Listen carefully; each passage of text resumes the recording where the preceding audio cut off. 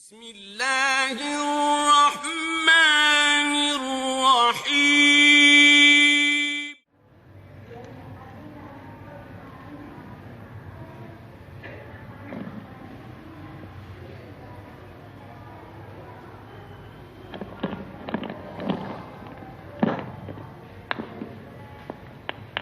السلام علیکم ورحمۃ اللہ وبرکاتہ۔ بسم اللہ الرحمن الرحیم۔ عن ابی ذر رضی اللہ تعالی عنہ قال قال رسول اللہ صلی اللہ علیہ وسلم اتانی جبریل علیہ السلام فبشرنی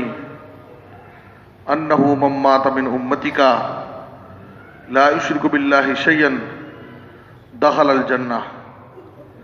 قلت وإن زنا وإن سرق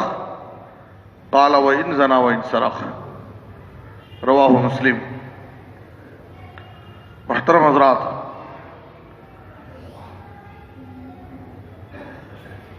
قیامت کے دن کافر، مشرک، منافق، فاسق و فاجر، مجرمین جب اللہ کے عذاب اور سزاؤں کو اپنی نظروں سے دیکھیں گے، اس وقت وہ حسرت و افسوس کریں گے۔ حسرت و افسوس کرتے ہوئے اس دن وہ بہت ساری آرزویں کریں گے۔ ان میں سے ایک آرزو ان کی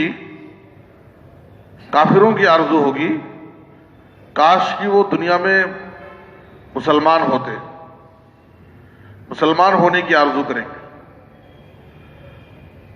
صحیح مسلم کی جو حدیث میں نے آپ حضرات کے سامنے پیش کی ہے، اس حدیث میں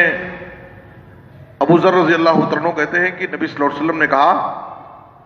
کہ جبریل علیہ السلام میرے پاس آئے اور انہوں نے آ کر کے مجھے بشارت دی، خوشخبری سنائی کہ آپ کی امت کے جو لوگ اللہ کے ساتھ کسی کو شریک نہیں کریں گے وہ جنت میں جائیں گے۔ تو ابو ذر رضی اللہ عنہ یہ حدیث سننے کے بعد کہتے ہیں کہ میں نے کہا وَإِن زَنَا وَإِن سَرَقَ، اگر وہ شرک سے بچے گا تو جنت میں جائے گا، اگرچہ وہ اپنی زندگی میں وہ چوری کرے، زنا کرے، گناہ کبیرہ، بڑے بڑے گناہوں کا ارتکاب کرے۔ تو آپ صلی اللہ علیہ وسلم نے کہا وَإِن زَنَا وَإِن سَرَقَ۔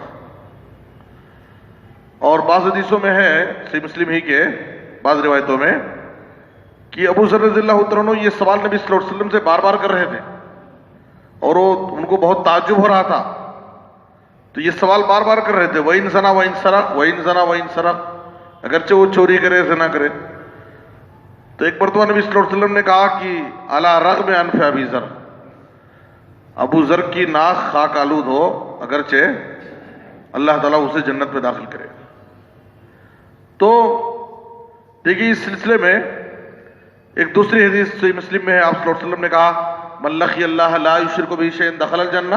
ومن لقیہ یشرک بہ دخل النار۔ جو شخص اللہ سے ملاقات کرے گا اس حال میں کہ وہ اللہ کے ساتھ کسی کو شریک نہیں کرتا تھا تو وہ جنت میں داخل ہوگا، اور جو اس حال میں ملاقات کرے گا کہ وہ کسی کے ساتھ شریک کرتا تھا تو وہ جہنم میں داخل ہوگا، یعنی مشرک جہنم میں داخل ہوگا۔ تو جو اس حدیث میں ہے کہ اگرچہ وہ چوری کرے، زنا کرے، گناہ کبیرہ کا ارتکاب کرے، پھر بھی وہ جنت میں داخل ہوگا اگر وہ اللہ کے ساتھ کسی کو شریک نہیں کیا ہوگا، موحد ہوگا۔ تو اہل السنہ کا عقیدہ یہ ہے اس سلسلے میں کہ اگر کوئی شخص کلمہ توحید کا سچے دل سے اقرار کرتا ہے، ایمان لاتا ہے، اور وہ اپنی زندگی میں کچھ گناہ کبیرہ، بڑے بڑے گناہ کا ارتکاب کرتا ہے، جیسے چوری کرنا، زنا کرنا، یہ سب بڑے گناہ ہیں، تو اخروی اعتبار سے وہ تحت المشیہ ہوگا، یعنی انشاء ذبح و انشاء غفر لہ، اللہ چاہے تو اس کے دیگر گناہوں کو معاف کر کے اس کو جنت میں داخل کر، اس کی مغفرت کر دے، اس کی کسی نیکی سے خوش ہو کر کے، کسی عمل سے خوش ہو کر کے، اس کی توبہ کو قبول کر کے اللہ تعالیٰ اس کے سارے گناہوں کو معاف کر دے اور جنت میں داخل کر دے، اور اگر اللہ چاہے تو اس کے گناہوں کی سزا دینے کے لیے جتنے اس کے گناہ ہیں اس کے برابر اس کو سزا دینے کے لیے جہنم میں داخل کر، لیکن وہ ہمیشہ ہمیشہ جہنم میں نہیں رہے گا۔ گناہ کی سزا پانے کے بعد پھر وہ اپنے ایمان اور توحید کی وجہ سے جہنم سے نکالا جائے گا، اور اپنے ایمان اور توحید کی وجہ سے وہ جنت میں داخل کیا جائے گا۔ یہ اہل سنہ کا عقیدہ ہے مرتکب کبیرہ سے متعلق۔ اگر کوئی شخص ایمان لاتا ہے، مسلمان ہے، کلمے کا اقرار کرتا ہے، پھر بھی اگر اس کی زندگی میں بڑے بڑے گناہ ہیں تو اخروی اعتبار سے وہ اللہ رب العالمین کے مشیت کے تابع ہوگا۔ اگر چاہے تو اللہ تعالیٰ اسے معاف کر دے، اور اگر چاہے تو اس کے گناہ کے برابر اس کو سزا دے کر کے پھر اس کو جہنم سے نکالے اور اس کو جنت میں ضرور داخل کرے گا۔ لیکن اس سلسلے میں جو دیگر فرقے ہیں جیسے خوارج ہیں، معتزلہ وغیرہ ہیں، ان کا کہنا کیا ہے کہ ایک انسان ایمان لایا، مسلمان ہوا، اس کے بعد اگر گناہ کبیرہ کرتا ہے، چوری کر لیا، زنا کر لیا، کسی بڑے گناہ کا ارتکاب کر لیا، تو اخروی اعتبار سے وہ ہمیشہ ہمیشہ جہنم میں رہے گا، اس کو جہنم سے نہیں نکالا جائے گا۔ یہ ان کا عقیدہ ہے۔ تو اہل سنہ کا جو صحیح عقیدہ ہے کہ اس کو گناہوں کی سزا ملے گی، لیکن اگر اللہ چاہے لیکن اس کو ایک نہ ایک دن اس کو اس کی توحید کی وجہ سے جہنم سے نکالا جائے گا اور جنت میں داخل کیا جائے گا۔ اور اس سلسلے میں سفارشیں بھی ہوں گی، نبی انبیاء سفارش کریں گے، اہل ایمان سفارش کریں گے، ملائکہ سفارش کریں گے، نبی صلی اللہ علیہ وسلم اپنی امت کے حق میں اللہ کی اجازت سے سفارش کریں گے، یہاں تک کہ اللہ تعالیٰ کچھ اپنی خاص مہربانی سے کچھ ایسے لوگوں کو جہنم سے نکالے گا جنہوں نے لم یعملوا خیرا قط،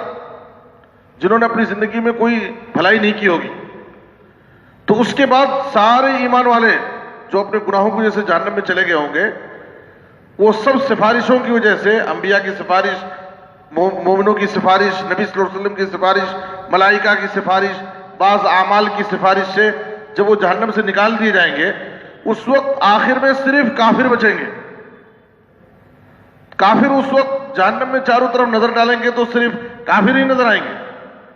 تو اس وقت ان کو حسرت و افسوس ہوگا، اور وہ آرزو کریں گے کاش کی دنیا میں ہم بھی مسلمان ہو گئے ہوتے تو آج ہم بھی کسی نہ کسی سفارش سے کسی نے آخر میں تو کم سے کم جہنم سے نکال دیا جاتا، اور یہ دائمی ہمیشگی کا عذاب ہمارے لیے نہیں ہوتا تھا۔ ان کی اس حسرت و آرزو کو اللہ تعالیٰ نے قرآن میں ذکر کیا ہے۔ سورہ ہجر کی دوسری آیت میں اللہ نے کہا ربما یود الذین کفروا لو کانوا مسلمین، اس وقت کافر آرزو کریں گے، خواہش کریں گے کاش کہ وہ دنیا میں وہ بھی مسلمان ہو گئے ہوتے تو آج جہنم میں ہمیشہ ہمیشہ نہیں رہتے تھے، اپنے گناہوں کی سزا پانے کے بعد آخر میں کسی طرح سے وہ جہنم سے نکالے جاتے تھے۔ صحیح بخاری کی حدیث میں ہے کہ جو جہنم کا سب سے ہلکے درجے کا جو عذاب والا ہوگا، ہلکے درجے کا جہنم کا سب سے ہلکے درجے کا جو جہنمی ہوگا عذاب کے اعتبار سے،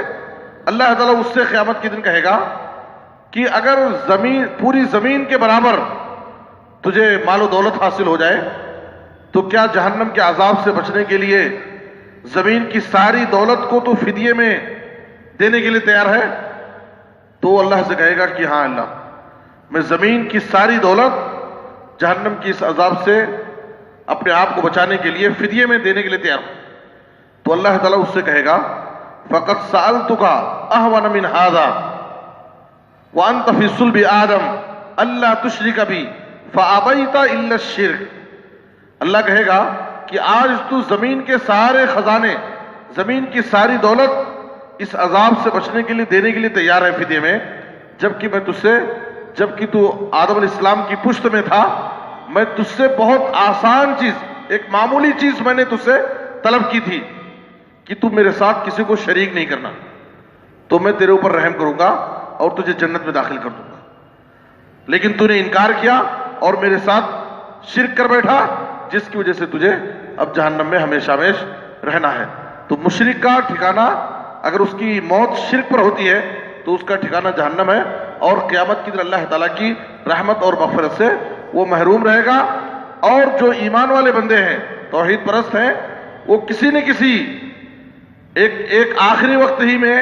وہ اپنے ایمان کی وجہ سے، توحید کی وجہ سے اپنے گناہوں کی سزا پانے کے بعد جہنم سے نکالے جائیں گے اور جنت میں داخل کیے جائیں گے۔ اس سے ایمان اور توحید کی اہمیت معلوم ہوتی ہے کہ ہماری زندگی میں توحید کتنی اہم چیز ہے، ہم اس کی قدر کریں اور اس کی حفاظت کریں اور اپنی زندگی کو شرک اور اس کے اسباب اور ذرائع سے بچانے کی کوشش کریں، تاکہ جب ہمارا خاتمہ ہو تو ایمان اور توحید پر ہو اور ہم آخرت میں اللہ کی رحمت اور مغفرت کے مستحق بن سکیں۔ اللہ سے دعا ہے کہ اللہ تعالیٰ ہمیں ہر حال میں اپنے عقیدے کی حفاظت کرنے کی توفیق عطا فرمائے۔ آمین، تقبل یا رب العالمین، وصلی اللہ علی نبینا محمد و آلہ وسلم۔